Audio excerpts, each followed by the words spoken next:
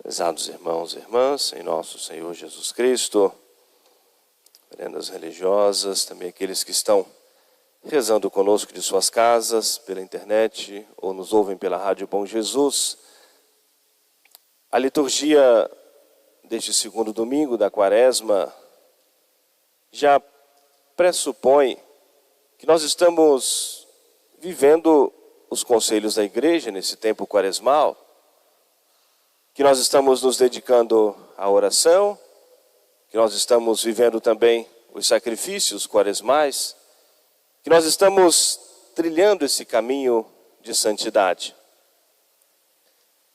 Por isso que nessa carta do apóstolo São Paulo aos Tessalonicenses, ele faz referência a isso e dizendo assim como nós já aprendemos, e estamos vivendo, que nós continuemos, que nós sejamos perseverantes e constantes nesse combate ao mal, nesse combate ao pecado, nessa luta contra o mal, nessa luta contra o pecado. E em resumo ele diz, porque essa é a vontade de Deus, a vossa santificação, que sejais santos. E o caminho da santidade é esse que a igreja nos exorta, nos ensina. E esse combate contra o mal, esse combate contra o pecado, essa luta contra as inclinações da nossa natureza, tendenciosa ao mal como consequência do pecado original, é para nós guardarmos sobretudo essa grande pureza do nosso coração, e que nós já ouvimos nosso Senhor nos dizer que é uma condição para nós chegarmos ao céu. Bem-aventurados os puros de coração, porque esses que verão a Deus. Obrigatória necessariamente a pureza, ou a pureza inocente, ou a pureza penitente, mas a pureza do coração. Seja aqueles que guardaram a inocência do seu batismo, que restauraram a sua pureza, restauraram a graça de Deus pelo sacramento da confissão, mas a necessidade da pureza da nossa vida, para nós contemplarmos um dia a Deus no céu. E algo que é tão importante para nós nesse combate quaresmal, essa luta, o mundo que nos atrai, a nossa natureza inclinada ao mal, o demônio que nos tenta para o pecado, e muitas vezes ficamos presos, enredados no pecado, e sobretudo a impureza. Quanto mais nós nos aproximamos do pecado, mais perdemos o gosto, o interesse pelas coisas de Deus. E quanto mais nos dedicamos também a esse combate contra o pecado, contra o mal, naturalmente cresce em nós o apreço, o gosto pelas coisas de Deus, o interesse pelas coisas de Deus. E aquilo que muitas vezes julgávamos quase que impossível de nós vivermos, auxiliados, fortalecidos, impulsionados, movidos, atraídos pela graça de Deus, nós começamos a perceber que não é tão impossível assim, e nem é tão árduo assim. Sozinhos, óbvio que jamais conseguiremos praticar a virtude. Sem mim, nada podeis fazer, nos diz o Senhor. Mas auxiliados, movidos, impulsionados pela graça de Deus, atraídos por Deus, nós podemos praticar toda e qualquer virtude, vencer toda e qualquer tentação. E inspirado pelo Espírito Santo nos diz o apóstolo, Deus não vos chamou para a impureza, mas vos chamou para a santidade. Guardarmos a nossa vida, os nossos sentidos, o nosso corpo, na pureza, na santidade, na virtude, porque essa é a vontade de Deus, a nossa santificação. O tempo da Quaresma é o tempo desse combate, esse combate quaresmal, essa luta constante do cristão, e não podemos esmorecer, não podemos jamais desanimar. E por isso que Jesus mostrou aos apóstolos, deixou que eles vissem alguns sinais, reflexos da sua divindade. E a igreja traz logo nesse segundo domingo da Quaresma, como motivação também importante para nós não perdermos nosso Senhor de vista. A razão de ser dos nossos sacrifícios, da nossa luta, é para um dia nós também contemplarmos o Senhor no céu. Por ora nós vivemos unidos a Ele pela fé, pela graça, e onde nós encontramos a verdadeira paz e serenidade em nossos corações, e a verdadeira alegria no fundo da nossa alma. Mas para alimentarmos sobretudo a esperança da vida eterna, a esperança do céu. Deixarmos de rezar, deixarmos de fazer sacrifício, não vamos, de certa maneira, como que prejudicar a Deus, dar um prejuízo para Deus. Mas nós seremos prejudicados. Nós nos sentimos cada vez mais fracos. Nós nos tornamos cada vez mais frágeis e vulneráveis ao inimigo. Mais frágeis e vulneráveis ao demônio. Não é uma perda para Deus, mas perda para nós. A igreja nos ensina, nos exorta, cobra, nos lembra, para motivar a cada um de nós, sobretudo para fazer crescer em nós a convicção, a crença de que vale a pena todo o sacrifício por amor do reino dos céus, para um dia contemplarmos o Senhor no céu. Os apóstolos tiveram essa pequena visão desses reflexos da divindade, e já esqueceram tudo mais e disseram: Senhor, como é bom nós estarmos aqui, nada mais nos importa. Jesus chamou 3 dos seus apóstolos, que vão acompanhá-lo também mais bem de perto na sua paixão, São Pedro, São Tiago e São João. Os levou ao alto do Monte Tabor, e como diz o Evangelho, transfigurou-se diante deles. Seu rosto resplandecente e brilhante como o sol, suas vestes brancas, translúcidas como a neve. Ao lado de Jesus apareceram 2 personagens tão importantes do Antigo Testamento. O homem da lei, Moisés, representando todos os profetas, aquele que exortava o povo ao cumprimento da lei, o profeta Elias. E eles conversavam com Jesus sobre a sua paixão e a sua morte, coisas que aconteceriam em breve. Naquele momento os apóstolos tiveram aquela visão de nosso Senhor. Se prostraram com profundo respeito, reverência, se julgando indignos de por ora contemplarem Jesus como Deus. Mas ouviram uma voz misteriosa do céu que apontava para Jesus e dizia: Este é o meu Filho muito amado, em quem eu coloquei toda a minha complacência, todo o meu agrado. Escutai-o. São Pedro, sempre muito pronto, muito verdadeiro, muito sincero, disse: Senhor, como é bom nós estarmos aqui. Se o Senhor quiser, vamos fazer 3 tendas aqui, um para o Senhor, para Moisés, para Elias, e para a gente não importa mais nada. Podemos ficar aqui. Nada mais nos importa. Sol, chuva, nada. Estamos aqui. Isso nos basta. Apenas alguns reflexos da divindade de nosso Senhor. Mas também isso expressa, prezados irmãos e irmãs, que quando nós temos Jesus, nós conseguimos superar todo e qualquer sacrifício. A cruz se suaviza porque nós não estamos sozinhos carregando a nossa cruz. E se nós temos Jesus, nós temos tudo.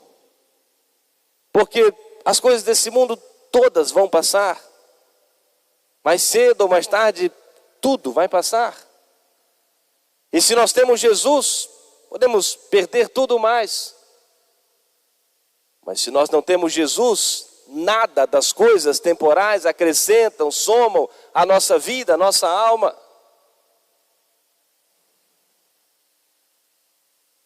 Como a Escritura nos traz o exemplo do santo homem Jó, foi perdendo todas as coisas temporais, materiais e por fim a sua saúde.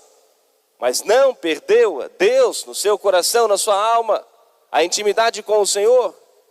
E por isso, no meio de tudo aquilo, encontrava a paz, a serenidade, e com muita verdade no coração dizia: Deus me deu, Deus me tirou, bendito seja o nome do Senhor. Não era força de expressão, aquilo partia de um coração que amava profundamente a nosso Senhor e tinha essa convicção de que, tendo a Deus, nada mais importava.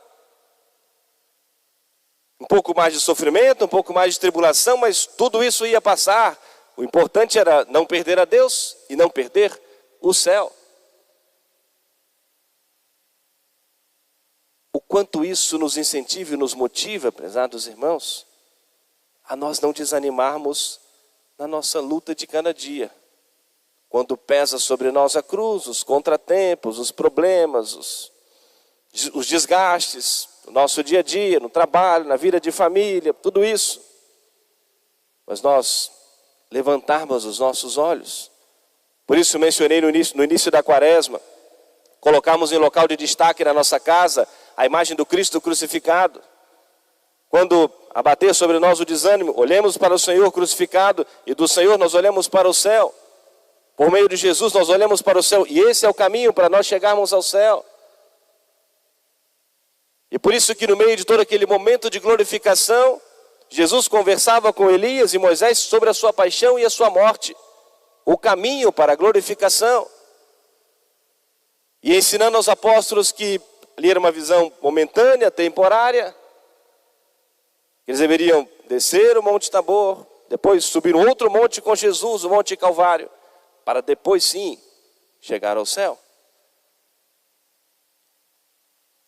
Uma graça que nós precisamos pedir, prezados irmãos, pedimos a Deus com muita verdade e sinceridade no coração, que nós tenhamos o apreço, o gosto pelas coisas de Deus, que nós tenhamos esse interesse maior pelas coisas de Deus, que cresça em nós essa convicção do quanto é bom, é proveitoso, é necessário para nós servirmos a Deus, não como um fardo opressor, como nós estamos recordando as verdades da nossa fé, os mandamentos da lei de Deus, os mandamentos da igreja, não como um fardo opressor que nós precisamos carregar num tempo por falta de opção, mas que cresça em nós essa convicção do quanto é importante, necessário, proveitoso para nós servirmos a Deus. E com essa entrega do coração, sempre com muita alegria. E é importante que nós tenhamos essa convicção para que nós possamos transmitir aos outros. Como que nós vamos motivar as nossas crianças e os nossos jovens? No caminho de Deus. No caminho da religião católica. O quanto é proveitoso, é necessário, é bom, só empurrar a sua obrigação, vai? Não. Já citei aqui inúmeras vezes uma reflexão do Papa Bento XVI, numa ocasião que celebrou uma primeira comunhão. Ele fazia ali muitos pais presentes, obviamente centenas de crianças. Ele fazia referência a isso, dizendo, não está certo para um pai ou uma mãe dizer para o seu filho, hoje é domingo, se arruma, vai à missa. Está no tempo da Páscoa, vai lá se confessar, tem confissão na igreja hoje, a fazer a sua comunhão. Não é a ordem correta. Mas a maneira de nós educarmos corretamente, hoje é domingo, vamos nos arrumar, vamos à missa, precisamos ter esse encontro com o Senhor. Está no tempo da Páscoa, hoje tem confissões na igreja, vamos nos confessar, vamos fazer a nossa Páscoa, vamos comungar.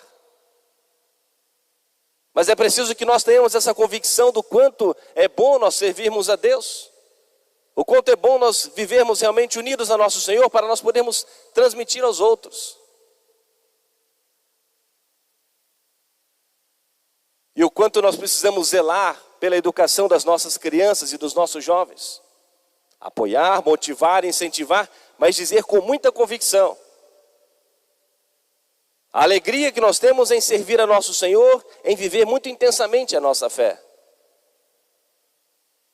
Porque, senão o coração das crianças e dos jovens facilmente vão, se não se encantarem por nosso Senhor, se não tiverem como referência os santos e santas do céu, vão prender o seu coração, tomar como referência as pessoas do mundo, artistas, esportistas, o que quer que seja.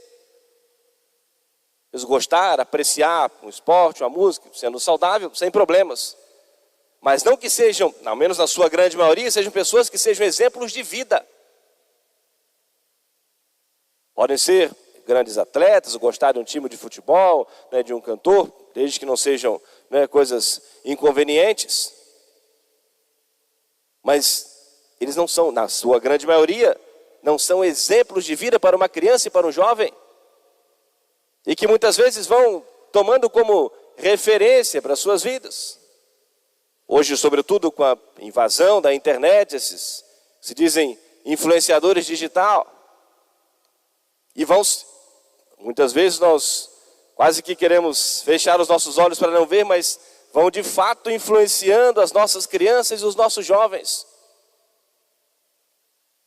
Quantas vezes nós reunimos as nossas crianças em casa para contar a vida de um santo? Para comentar o evangelho que nós ouvimos no domingo na igreja e chegar em casa, não que seja o dia inteiro o nosso assunto, mas em algum momento seja o nosso assunto do domingo em família. Quanto tempo nós gastamos nisso? Ou quantas vezes nós nos dedicamos a isso? Sobretudo nesse tempo da quaresma, reunimos para fazer um momento de uma leitura espiritual. Se o corre-corre da semana não permite, não conseguimos administrar o nosso tempo para isso, o domingo, que é o dia do Senhor. E para que nós alimentemos isso no coração, na nossa vida em família, aprendemos a ter o gosto pelas coisas de Deus, o interesse em conhecermos mais a nosso Senhor. Poucos dias recebi um vídeo, no celular, me enviaram. Nem é atual, acho que já tem alguns anos isso. E uma criancinha, uma menininha que foi num programa de auditório desses aí, e para cantar. E muito interessante que ela, não sei quantos anos tem, mas a menininha acho que já é grande, maior hoje. E o apresentador perguntou lá, você citou lá 3 ou 4 cantoras aí, né, famosas, mas mundanas, né, do mundo. Você conhece tal cantor? Eu disse, não. Eu ouvi falar em tal cantores? Não. Você conhece? Citou lá uns 3 ou 4. Não, mas não conheço. Então você não conhece cantora nenhuma? Eu conheço. Quem que você conhece? Citou o nome lá de uma cantora da igreja dela. Alguém cantava na coral da igreja. Ele falou assim, eu conheço a Fátima. Aí ele olhou assim, ninguém conhece esse nome. Que cantora famosa é essa, né? Aí ele perguntou assim, mas que cantora é essa? A que canta lá na minha igreja. Qual religião você é? Eu sou católica. Eu também canto na igreja. A referência que eu queria fazer é com certeza o quanto esses pais eram cuidadosos em proteger aquela criança. Que ela não perdeu nada em não conhecer essas cantoras mundanas. Uma criança, talvez aparentava assim uns 6, 7 anos, não mais do que isso. E a referência que ela tinha de alguém que cantava na sua igreja, na sua paróquia. Pois a alegria dessa senhora, né, que não sei nem quem era, foi referência, ela citou lá publicamente, num programa de televisão. É isso que nós temos falado e refletido. O quanto estiver ao nosso alcance.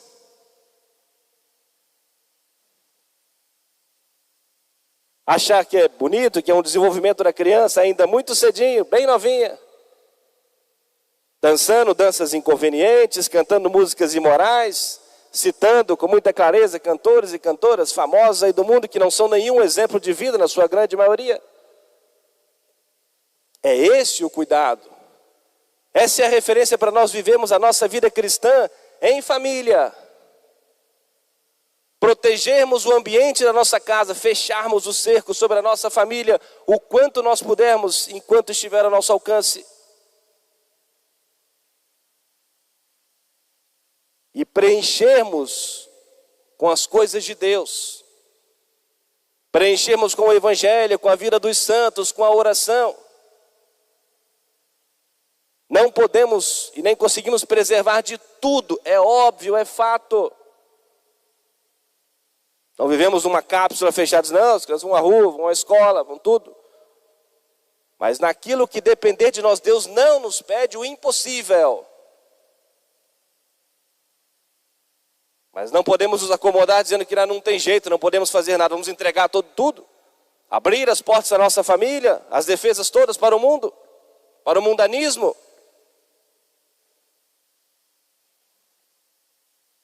Muitas vezes nós fazemos referência à educação que nós recebemos, a nossa geração recebeu.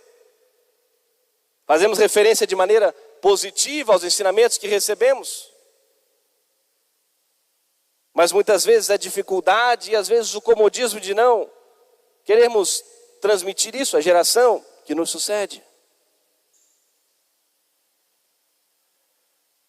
O tempo da quaresma é tempo de reflexão muito séria, muito forte para nós. Nós treinarmos a nossa vontade, adaptarmos a nossa vida num caminho de santidade, num caminho de virtude. Portanto, prezados irmãos e irmãs, supliquemos a intercessão de Nossa Senhora das Dores, que caminha conosco nesse tempo quaresmal, que nós saibamos aproveitar esse tempo, esse momento da graça de Deus, em que Deus está mais atento às nossas preces, mais disposto a nos atender.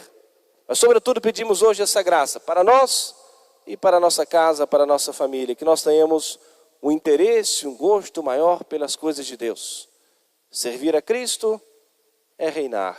E o tempo dado às coisas de Deus nunca é um tempo perdido. Tudo isso motivados, impulsionados, atraídos por nosso Senhor, para um dia o contemplarmos na glória do céu. Amém.